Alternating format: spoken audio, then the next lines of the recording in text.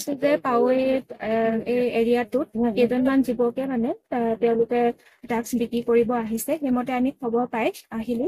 আহি ইয়াতে 4জন যুৱকক যেতিয়া আমি দেখিলো যে তেওঁলোকে পলাবলৈ চেষ্টা কৰিছিল, কিন্তু তেওঁলোকে সেই সময়তে আমি তেওঁলোকক কৰায়ত্ব কৰো আৰু ডিএছপি ছাৰৰ প্ৰেজেন্সত আমি তেওঁলোকৰ পৰা মুঠ 5.16 গ্ৰাম ছাছপেক্টেড হিৰ'ইন জব্দ কৰাৰ লগতে ড্ৰাগছ ভৰাবলৈ অনা সৰু সৰু যিটো আমাৰ চাধা টেমা আৰু তেওঁলোকৰ লগত থকা মোবাইল, সৰু সৰু প্লাষ্টিক ফাইল আৰু কলা পলিথিন, এই ধৰণৰ আমি বস্তুবোৰ জব্দ কৰিবলৈ সক্ষম হৈছো।